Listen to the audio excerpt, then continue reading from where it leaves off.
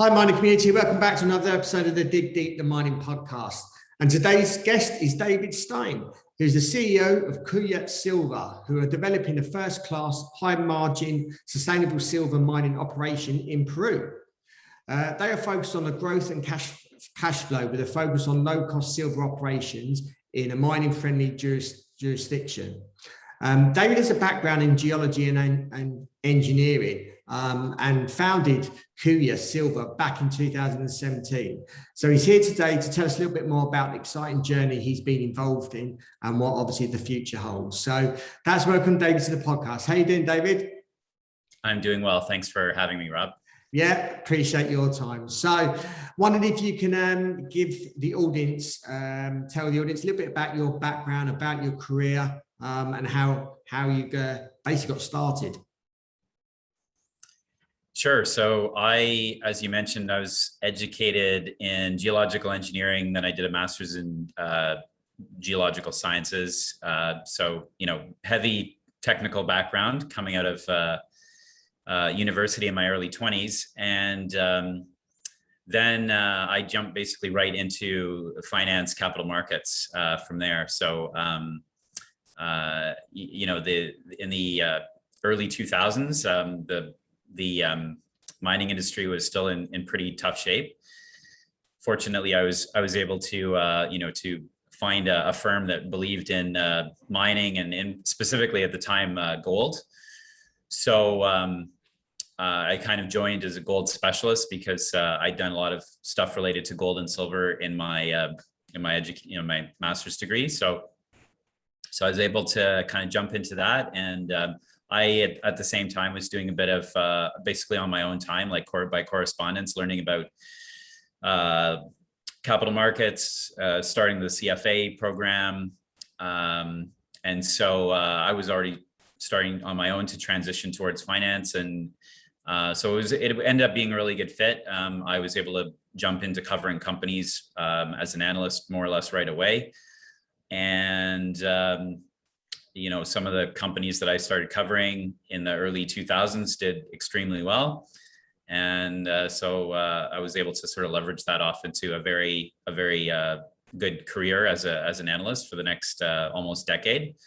Then I decided I wanted to, try more of the portfolio management, what we call the buy side. So of the business. And I did that for a number of years as well. And through kind of the end of the bull market in mining and into the start of the bear market for the first few years of the bear market. And so it was around 2016, I decided to leave and basically go out on my own. And at first I thought I would do something again, more on the investment side, and private equity I was quite focused on at the time. Ended up, finding the Bethania project, and it was just so much better than any other opportunity that I could find at the time, that I just decided to ditch everything else I was working on and focus exclusively on it. So I founded Kuya to acquire the mine, and about 3 years later, almost exactly, we took the company public. Okay, so I just wondered if you can give us an overview of Kuya. Yeah, sure. So Kuya is it's a mine silver focused developer. We have our flagship project is the Bethania silver mine in Peru that we are looking at expanding and restarting production there. So that it was a recent past producer, was in operation up until 2016. And so we were able to, through Kuya, we were able to strike a deal with the owners to kind of earn into it. Eventually, we bought them out in 2020, and then we've been developing it into a new mine ever since. So that is, that's our main story, and we obviously overlay a really exciting exploration story onto the mine development, because very little exploration has been done in this. On this mine and in this region in general. So we've been able to do some very exciting drilling in the last year, and acquiring new projects or new lands that will give us even more targets.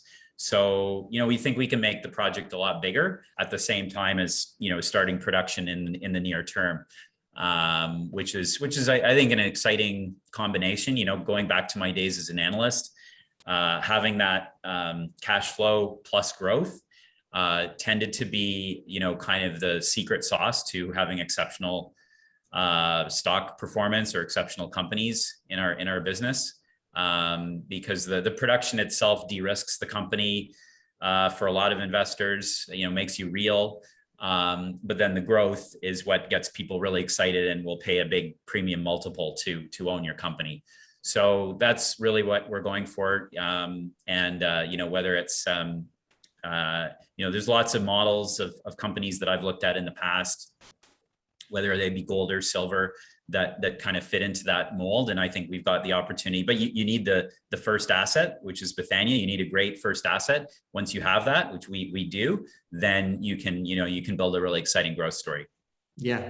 And obviously you mentioned it being drilling. I wonder if you can give us an update on the drilling and some of the results that you achieved. So we drilled 5,000 meters. Earlier in the year, we put out our results around the end of July, and just to step back a little bit, what we have is a historical mine where, there's a historical resource there from the previous owners. It's not 43-101 compliant, but they did have a lot of good data from the sampling the underground tunnels, which were developed along the various veins.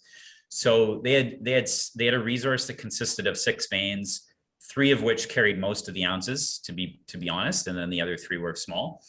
But so we were able to extend those 3 bigger veins, major veins at depth and along strike with our new drill program. And then on top of that, what we're quite excited about is we were able to make some of those other veins, those what we call minor veins, bigger. We also discovered some new veins closer to surface as well. So whereas we might have thought intuitively that the upper levels of the mine were mined out, it turns out they're not, because there's some other veins up there that were missed. And the big veins that had been mined look like they're going very deep. And we've started extending them at depth and along strike as well off to the east. We're also hitting some wider zones as well. So that we're, wider than we ever expected based on the historical mining that had been taking place. But again, that's just a function of the fact that the previous owners never drilled. They were really just, tunneling along the vein and sort of sampling what they could see. And when you do that, you miss things that could be in the wall rock. And so once you drill, which we're able to do now, you can find that the zone's actually wider than you thought, and in some cases and in some stopes we will see some additional tonnage, I think. You took Kuya public last year. How's that been? And obviously we've had COVID over the last 20 months or so. How's the listing been, and how's the journey been since then? Well, it's a great question. In fact, we did the whole RTO. So we took the company public via an RTO, as it turned out. Going back to 2019, I honestly wasn't sure how. I knew I wanted to take the company public, but I wasn't sure what route we'd go, whether it be RTO or IPO. We ended up finding a really good, kind of partner to do an RTO with, which was Miramont Resources. They, had parked their company. They had a couple $1 million of cash at the time. But knew Peru. The chairman, Quentin Hennig, really liked our project and got behind it in a big way. And so it ended up being a really good fit for us. And in fact, we, some of the people who are involved in Miramont are still involved with Kuya today, almost 2 years later, and that they basically form our satellite Vancouver office. And then we've got our team here in Toronto as well. So it's been a really, really good fit. We did that all during COVID without meeting each other in person, doing all of my investor meetings like this online, on Zoom, on whatever. And, it's not, I do think you miss stuff that way. But that being said, we were able to do it, and I can't, looking back now, I can't complain. Being public obviously adds a lot of additional administration to a company that is that costs you time and money to accomplish. But on the other hand, it's really made the growth of the company possible in the last year or so. We've been able to raise an additional, since we went public, around 21 million. And that was really key to closing the acquisition of the mine itself. And then, of course, all the additional exploration development work that we've done since. So, I'm not sure that would have been possible had we stayed private. And so being public has been, although there's definitely ups and downs with the share price, and the market can be a cruel mistress, so to speak, sometimes, especially when your sector is not in favor.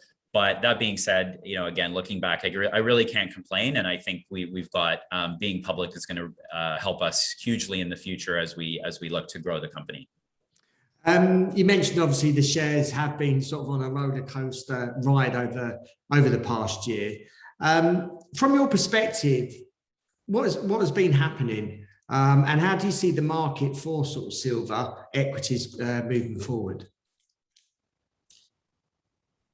Right. Well, when we took the company public, it was actually October of 2020, and we were riding a bit of positive momentum at the time.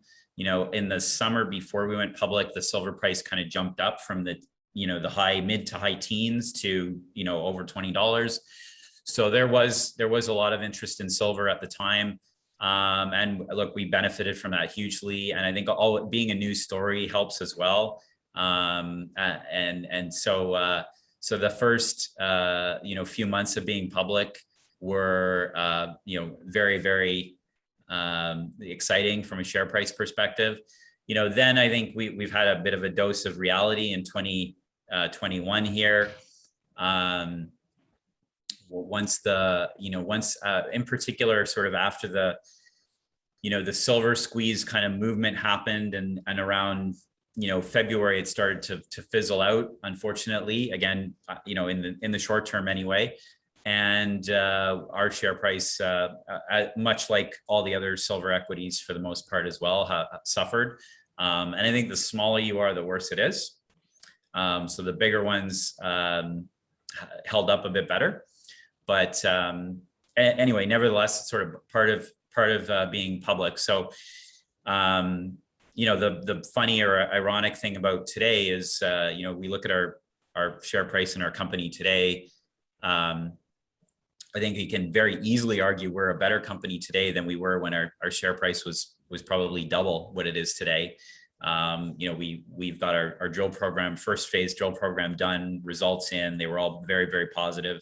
We made a couple of acquisitions, which are, very accretive for our company and very positive for the growth of the company. So as I said, I feel like we're a much better company today than we were, 9 months ago when our share price was probably about double of where it is today. So it's the way it is, and in the public markets, and obviously a great opportunity for investors if we're right about the future. Yeah, certainly. I'm sort of a newbie as an investor, and especially in the silver market. But obviously, like as you mentioned, every silver, whether they're a producer or an explorer, they have obviously been hit more recently, which is probably a good time to invest if you are looking to obviously invest in a silver explorer producer. But obviously, as you mentioned, the share price went down, but that was obviously an industry-wide reason, and not a reason because of obviously of your company. Yeah, exactly. We did have, again, this isn't unique to Kuya, but we did have a little bit of a market effect relating to the Peru election back in particular, April and May. So I would say, Kuya and some of the other Peru stocks started to fall first, but really we were just leading the charge and everyone ended up catching up, no matter whether they're in Argentina, Mexico, wherever, Canada. We all ended up in the same place by July, August. But yeah, we probably led it a little bit just because of some of the nuances about Peru at the time, but it seems like that's all sort of corrected and adjusted to where we're all at now. Your flagship project, Athena, is intended to go back into production next year. Yep. How's that progress going? And what do you need to do over the next few months to make it all happen and obviously be on target? Well, it's going very well.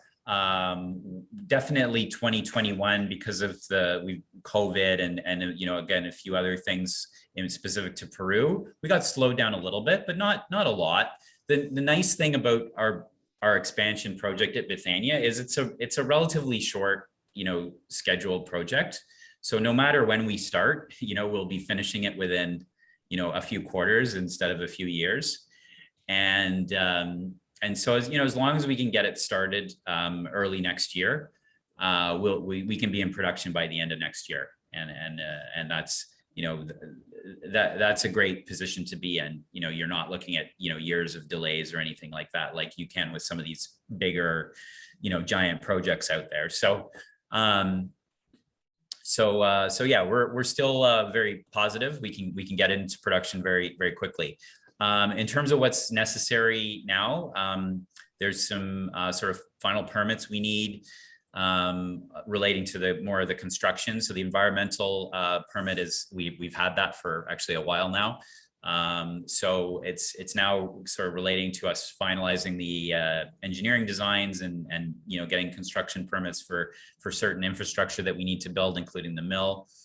And then there'll be, at some point next year, we'll finance the expansion itself, sort of treat that as a separate job in the queue.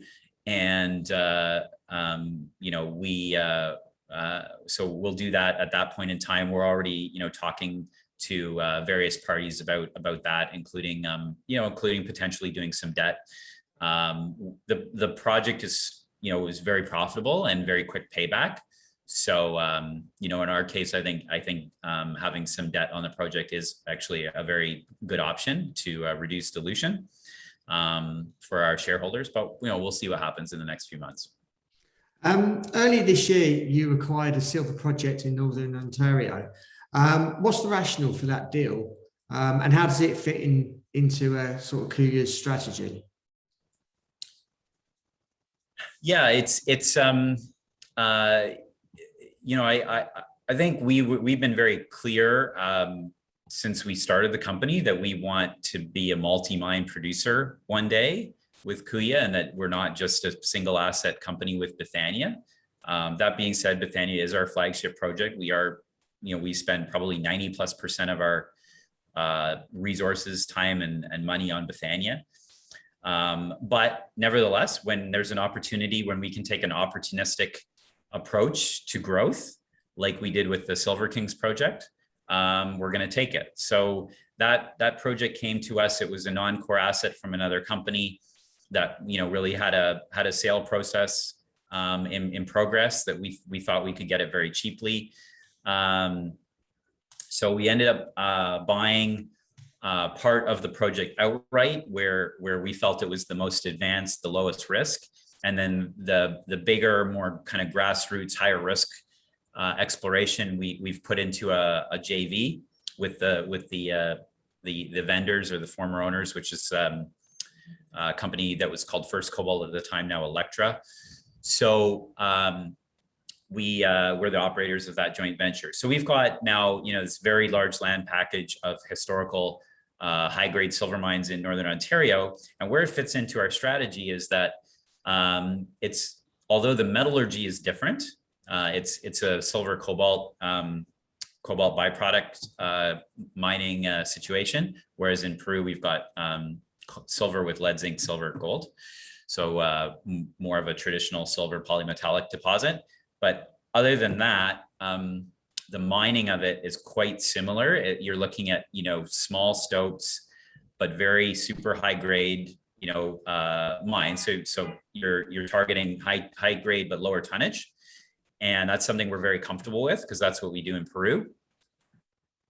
And so we feel like we can do something similar in Ontario, where we can get it in production, permitted quickly, because the tonnage is small. It's less controversial, less of environmental footprint, et cetera. So it's something we can do quickly, and nevertheless, you can produce quite a bit of silver and you can make money because of the grades. That's our approach anyway. And so we'll be busy proving that model to ourselves in the market over the coming few years. But in the meantime, it's a low entry point for us in terms of the cost. And we are very excited, that it could be our second mine one day.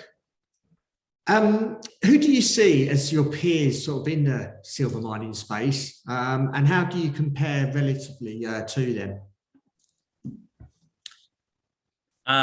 Well, look, I think as a near-term producer, we really look to some of the other producers as our peer group.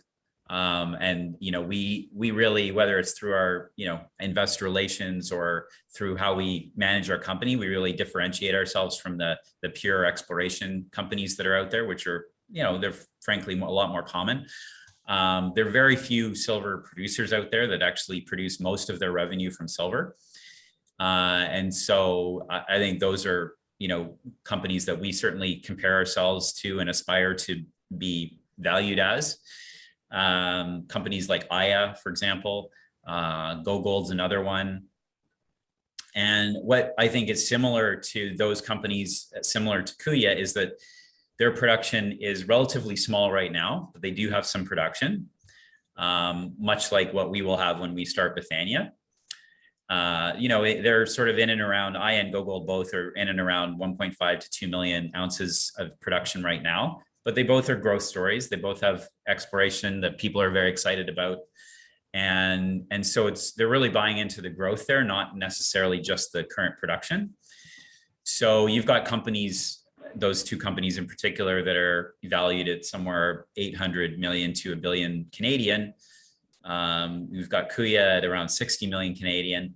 So you can see there's a lot of open space there in between where Kuya is at and where some of those other companies are at for us to grow into that valuation.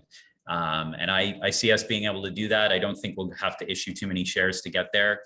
And so that's obviously a huge opportunity for the company and our shareholders.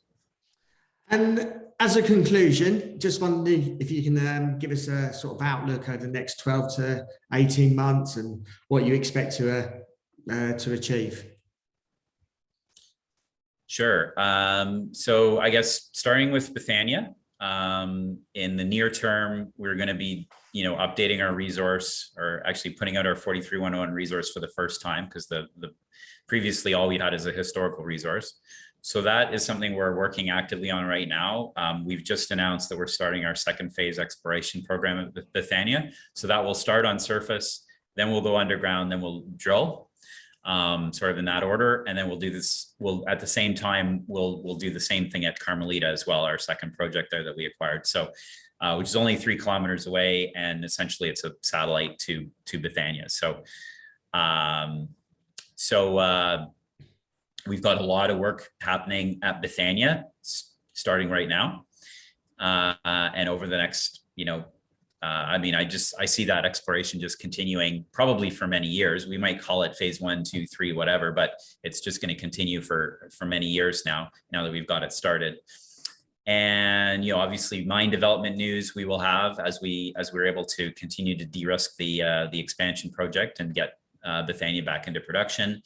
And then we'll also have exploration news from Ontario. Great. David, really appreciate your time. It's certainly an exciting journey that you're on. Obviously restarting a mine up again. And there's some clear, a lot of silver there, and sort of wish you all the best with that. If our audience wants to sort of reach out to you, if they've got any questions, how can they go about doing that? Are you across any social media platforms? Yeah, the easiest thing is actually to start on our website, which is kuyasilver.com. Very easy. And from there, you can, sign up for news. You can book a meeting with management. We are on all the social, I shouldn't say all, but we are on many social media platforms, Twitter, Instagram, Facebook, etc., LinkedIn. So you can find us there as well. Yeah, great. Okay, really appreciate your time again, and hope the audience enjoys listening to this journey. And obviously, hopefully, they'll be able to follow you. And obviously, once you're in production, obviously the sky's the limit. And obviously, not just this project, but your other projects as well. So, guys, really appreciate your time listening. Hope you can share this episode amongst your friends, family, other people within the industry. And yeah, it's a great journey that David's on, and we wish him all the luck. And until next time, happy mining.